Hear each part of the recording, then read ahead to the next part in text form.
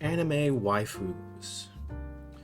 We love anime. We love anime girls with big titties, big asses, just voluptuous women. Or maybe you're a little bit of a degenerate.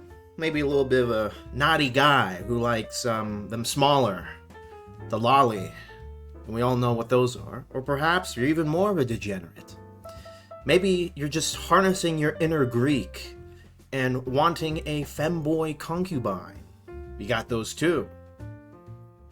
But there is a massive commonality that we see all with all of this, is that dudes nowadays, we don't like real women, it seems. Real women are no longer desired. And you see a lot online that women just aren't all that shit. They aren't shit no more. Why have a real woman when you could have an 2D, big-tittied, super cutesy, loving, even sexy anime girl? It's very interesting. Why? I don't know. Let's talk about it. So, let's start off. Well, why is this going on? Huh? Why are we having just this influx of anime titties, a fake anime girl GF? You even have the whole, new community where real women are trying to become anime themselves to appeal to men.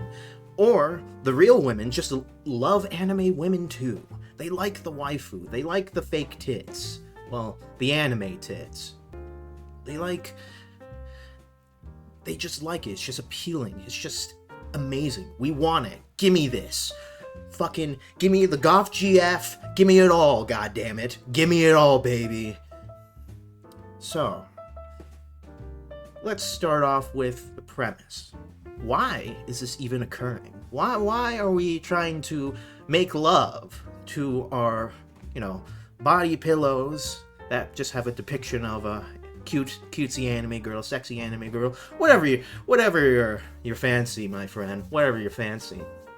Why is this occurring? Well, recently over the years, especially during 2020, everyone knows what happened in 2020. That was a fun time for everybody, but also a great time for the great renaissance, a revival, I guess you could say, a rising up of the 2D anime waifu. Since you're not allowed to be anyone close, fuck touching grass, the government basically made it illegal to touch grass during that period. So what the fuck are you gonna do? You don't got no job, you can't go out, can't do nothing. You're not allowed to go out. Well, what else is there other than to go online, look at the internet, and just look at streamers, get entertained, see some of the craziest bullshit. Fuck, even the government paid some people to stay at home. It's wild. So when this started happening, everyone's stuck at home, no one could really do anything. Then you started going on the internet, started getting some fun going on, looking at some e-girls. This was also the time of the e-girl, fake e-girl with the ahegao face. Yeah, thanks. Everyone was simping. The simping pandemic was still going on. Everyone loves simping. Happened way too often.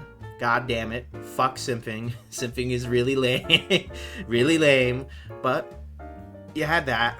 Then you had this new growing movement, this new growing of just anime just getting more mainstream because no one had shit to do. No one had anything to fucking do. So what happened? People started getting more into anime, then something foreign came. You had probably one of the biggest things that happened to the West, at the very least, is that we started getting a new type of e-girl. A new type of e-girl, the Vtuber. The real-life anime woman. The anime was becoming real. My God, was it beautiful. It was real. We could see it. We could interact with it. It was fucking real. My God, this was a beautiful time, for fuck's sake. The anime became real. But obviously, it had its limitations. You see, at this period, you only had the vast majority of people being corporate VTubers, who were essentially very restricted. They had the kayfabe, and for those who don't know what a kayfabe is, it's essentially putting on an act, alright? They're playing an archetype of, like, an anime character. You had some characters doing the whole cutesy kayfabe, the mommy sort of thing, kayfabe. You know, the staying in character, which a lot of guys really did like. They liked that. They fucking love that shit so damn much. You see all these fucking donations of hundreds of thousands of dollars. My god, it was beautiful. My god, there was so much fucking money to it. That, you know what? More and more people started copying it. Then, this is when VTubing started to get really fucking big. Oh boy. More and more and more. Trust me, and there was even more. Women giving up their physical forms and becoming anime. That lolly, that little lolly that you fucking love, yeah, that's real now. Femboys? Oh, we got them too. Big fat, tittied, dommy mommies? Oh, we have that even as well too. You know, it's everywhere. We had it all. It was a buffet. It was beautiful. Then, as time moved on and the pandemic ended, it's just that, well, we have all these anime girls now, but I kind of want something more than just the kayfabe. I want more. I want to be even more real. I want more. I want to be even realer. Then you started getting more and more indie VTubers. Well, what's an indie VTuber? Well, indie VTuber is just the same thing, pretty much, except the VTuber wasn't a part of a company. So you have these people spending like a lot of money for these, you know, characters. Like someone to create these characters and these models that they can essentially sync up with their webcam to, you know, play out and act as anime. And you kept getting more of these people because they saw the money that was in it and the popularity behind it, and you started this whole new burgeoning community of anime titties, of the just rise of the fake anime waifu. Well, it's not fake, it's real. A lot of them, oh, we don't use the R word here. Fuck the R word. We don't use the R word here. We don't talk about them not being actually there. But, you know, this kept going on and on. More and more people started getting into it. Then the market started getting oversaturated. Oh my. This shit got too many fucking anime waifus. Then what starts happening when there's too many cooks in the kitchen? Especially if they're all women? Oh my god. Shit started getting catty. Drama started popping up. Guys couldn't keep their pee-pees in their pants, so they started going after the anime waifus, even in real life. You have, like, many scandals. Oh god, the scandals. With so many, like, these smaller VTuber companies. Oh my god. But even then, it was still popular. Even then, you couldn't stop this growing market of anime. The anime waifus could not be stopped. It really couldn't. Like, you had some of these indie VTubers are making so much goddamn money they could spend money on some of the most absurd shit possible. Make it even more real. Fuck the real women. They aren't good enough. They aren't good enough. We have the resources. We have the technology. We will make the real anime cat girl. It was becoming real. But even with these indie VTubers, shit started going downhill. And even despite the intense popularity, a lot of problems. You know, you're seeing scandal after scandal after scandal.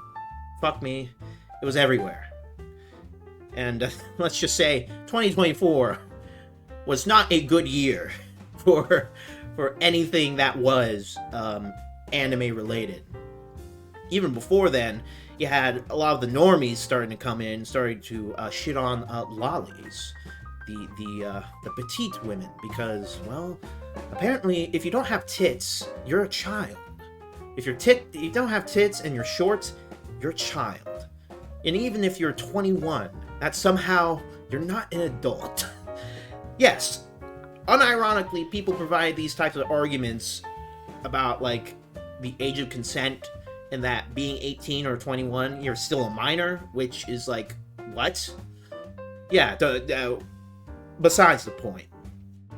Back on point, as these, dramas started happening, there was always this unspoken rule whenever, like, essentially someone kind of quit a company or, like, just quit VTubing. It's like, you just don't talk about their real life self. We don't use the R word here. We don't talk about real and them being real. God, they can't be people, for fuck's sake. But this taboo eventually broke, funnily enough. And when that happened is that, you got to see the flesh and blood, the real people behind, the web camera and behind the model. This taboo was certainly broken during 2024, during the Selen Tatsuki thing, where it's like no one really gave a shit about, like, oh, we can't talk about their past, we're not allowed to talk about it, well, alright, we can't talk about the flesh and blood, alright, god damn it, we can't.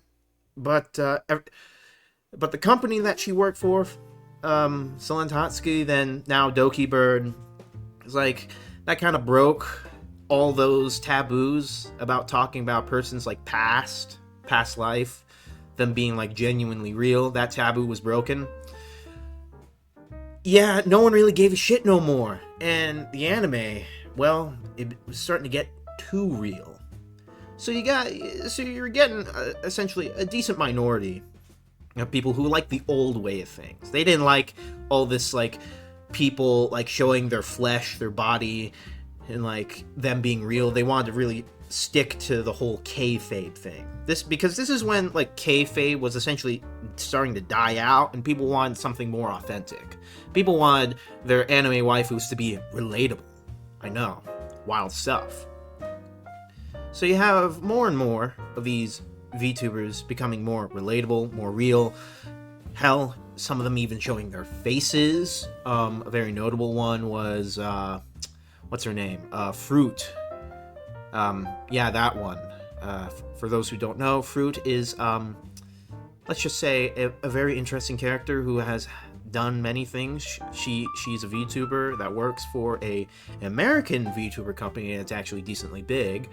But, let's just say, she's not that popular for several reasons. And I'm quite neutral on it myself, but let's just say she is not exactly well-liked. But she did show her face. She's like one of the first of them to show her face in any capacity without any major backlash. There was some backlash, but nothing to the degree that would cause anything serious. At that point, no one really gave a shit. People were starting not to really give a shit anymore. So now we have the modern day, where you're still having the anime waifus and whatnot, but the distinction is kind of becoming way more blurred nowadays, where you get to see more and more of these bigger VTubers that are just essentially becoming just like normal people, where VTubing is just becoming just more of a simple medium than like more of a niche thing. It's become certainly more mainstream. It's still niche, but the whole idea of maintaining the kayfabe isn't really there anymore. You still have it here and there. I won't deny that. You'll have the girlfriend experience VTubers that still exist, and the boyfriend experience type of VTubers where, they pretend to be your romantic lover because you're all lonely bastards. But the distinction is gone now. It doesn't exist anymore. In Japan, it's still a thing. The kayfabe is still a thing because it's associated with, like, idol culture and whatnot.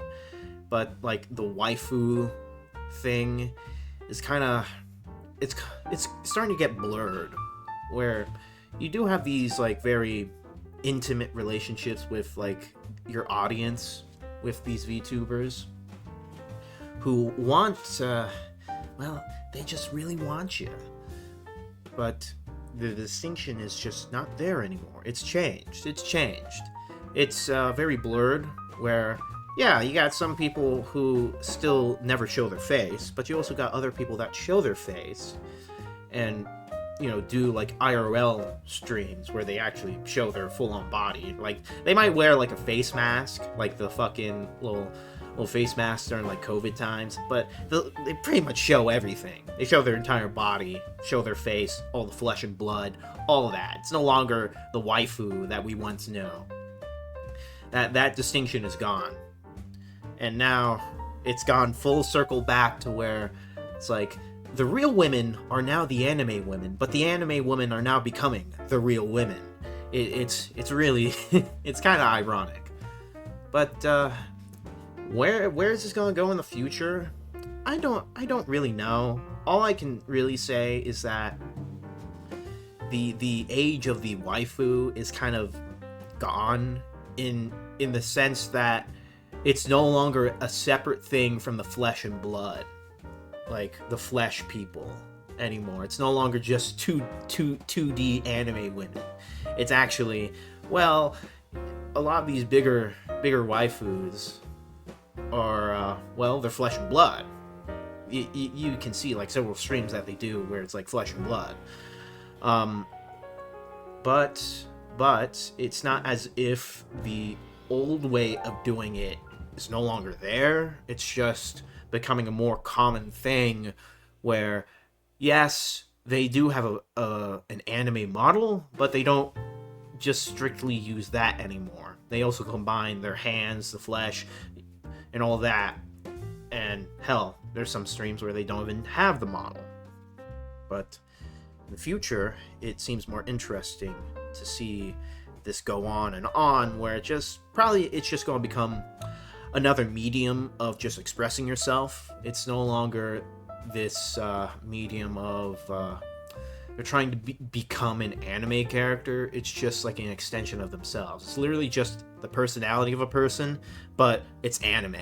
That's the only real distinction, which it's okay, but it is a bit of a shame, because during the past where the kayfabe was there, it was always there, the archetypal like anime girl where, yeah, you could be the tsundere or the mommy VTuber, the mommy waifu.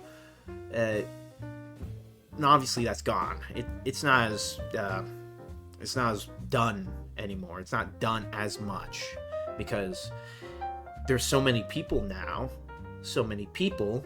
You gotta make yourself unique, distinctive. And there's only so many times you can like fulfill a kayfabe and be an anime waifu instead of like just a normal ass person just using an anime model. So as time goes on, we'll see. But my prediction, I think it's just going to be far more of a normal thing. Or the women being replaced? No, the women have come back. They've come back, I know. But I think it's good in the sense that women are now expressing themselves without just showing their tits and ass. They just show the tits and ass of the VTuber model, which, I don't know. I guess that's different in the sense that they don't have to wear makeup and objectify themselves in that way. And I know it sounds like I'm a fucking feminist. I'm not a feminist. I'm not a feminist, by the way. It's just I'm just not really big into like the titty streamers, like the IRL e-girl. That's not really entertaining. At least with a VTuber, you actually have to have a personality in order to be one, and the waifu thing is more based off of sentimentality rather than just pure horniness. Because, you know, most unlikely people can become very popular just by pure, like, the just crazy shit that they say. But let us conclude in the fact that, no, I don't think the women are being fully replaced. I think it's just shifting and changing in at least the content space of like videos and entertainment, it's just shifting towards, it's not as much about, you know, the sexiness factor, though the component is the boyfriend thing, though not every one of these VTubers like does like the whole girlfriend experience thing. Like there's quite a bit that just don't fucking bother with that, though it's still a very big thing if you want to get big. It's like pretending to be the poor viewer's fucking girlfriend. Very parasocial. But I think it's changing, and in a way, I think it's for the better. I think it's way better for people to just not think that they're having a romantic relationship with a fucking pillow, or in this case, a person on the computer screen. But we'll see. We'll see. Alright. Thank you for listening. Thank you for watching. Please like and subscribe, and I'll see you folks later.